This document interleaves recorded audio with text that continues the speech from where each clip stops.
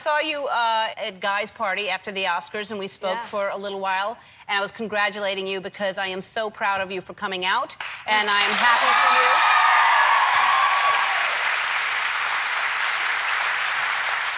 I know what a scary thing that is. Your speech was incredible. I just thought it was the most brilliantly written speech.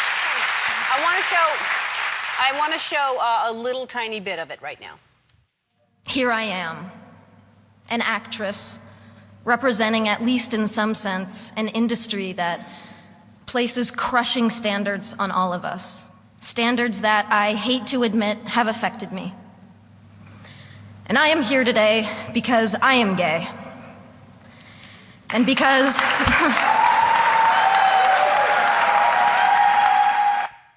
I know how scary that is. You still get emotional? Yeah.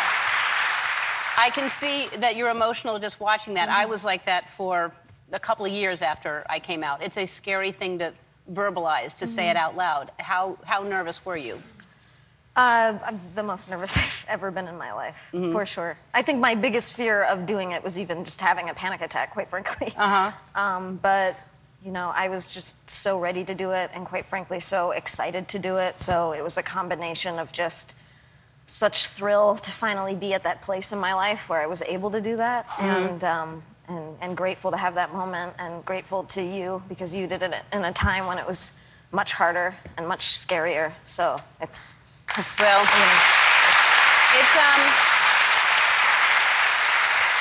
it doesn't feel like it at the time, but it's a very selfish thing to do. It really is just the most. I mean, I could speak forever on it, but how do you feel since you've done it?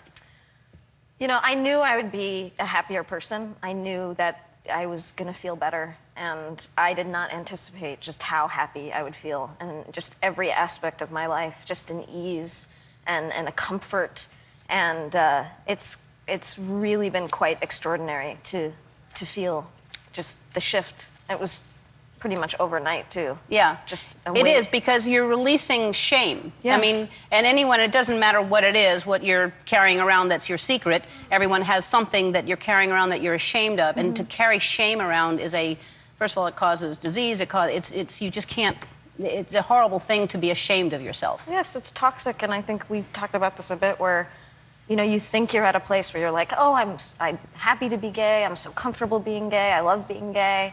And honestly, it wasn't until making that choice and doing that where I realized, like, no, I was carrying a tremendous amount of shame and guilt for not being out, and felt isolated from the LGBT community, and now I don't. So. Yeah, it's you know, I think you seem more relaxed, and I think there's something about just not having to worry about somebody catching you in a lie. I know what that's like when you're on a show and you just feel like you're waiting for someone to go, you're gay. You know? I know you are. Yeah.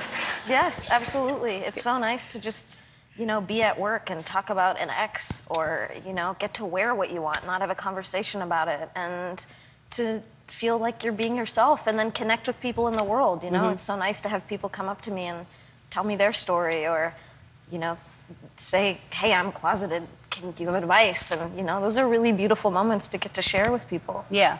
And to know that you're another face that someone has hope for, because there are a lot of teenagers out there, you talk about in your speech, that are getting bullied every single day or taking their own lives because they're, you know, they can't handle it, and so it's a really cool thing.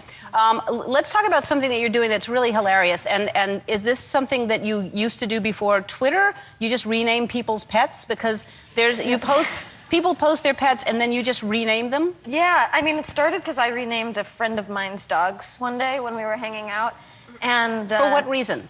Just for no reason. You just thought they were better names? They just were better names, yeah. And then I tweeted something about, like, oh, I like to rename my friends' dogs like a total jerk or something. And then someone... And that dog's Puddle? That's Puddle. So someone just sent me a picture of their dog and was like, rename my dog. And I did, and then I just got, like, overwhelmed with pictures of dogs and hamsters and snakes and people. And there's hummus and snacks. Hummus and snacks. Yeah. To you, as soon as you see the image of the animal, you think I that's try and- hummus. I try and Which is it hummus? be really well, immediate. it's too late now. Oh. And that's Miranda. Yeah, that's Lena Dunham's dog, Miranda, who turned out to be a boy, but I said that Miranda didn't believe in a binary gender system. And that's Neve Campbell. Because she was named after her character in Scream. Right. Right. Yeah, yeah. There's a thought that goes into it. And then that is. Well, you wanted something Canadian, so Jim Carrey, I said. Oh, I see. So they request sing. I have My Animals. Have you seen My Animals No, yet? I've never so seen on the them. spot, you're gonna. Okay, here So we go. that's. Do you want to know his real name? No. Okay. No. That's Blueberry. Okay.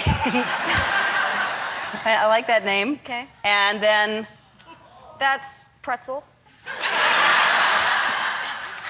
That's too cute of a name for her. She's too sophisticated for that. Well, but Pretzel? We can work. All right. Okay, that can be. Would you rather that be Pretzel? No. Okay. It's your thing. That's ice cream. Ice cream. Ice cream. Are you hungry? Because it seems everybody's food. All right. Maybe I am. All right. Let's talk about the X-Men. So it seems like everybody in the world is in this movie, except for me. It's true. I but know. everybody's in this movie, right? A lot of people are in this movie. Mm-hmm. So I did the third one when I was 18, Mm-hmm. and so it's all of that cast. You know, Halle Berry and Patrick Stewart, Ian McKellen, and all of those geniuses. And then the new cast, the Jennifer Lawrence and the Michael Fassbender and the James McAvoy, And- all of us in the. And what is this one about? Well, I am. Everyone from the original cast is in the sort of slight future, and we are running for our lives essentially from these things called the Sentinels that are programmed to kill all mutants. And my ability has sort of evolved to have the ability to send people's consciousness back in time. So I send Wolverine back in time, played by Hugh Jackman, and he has to save the day with sort of the younger versions of everyone. And so there's a lot of running. I do a fair amount of running, yeah. I do a fair amount Like of how running. many takes? Because that's a lot of running. Yeah.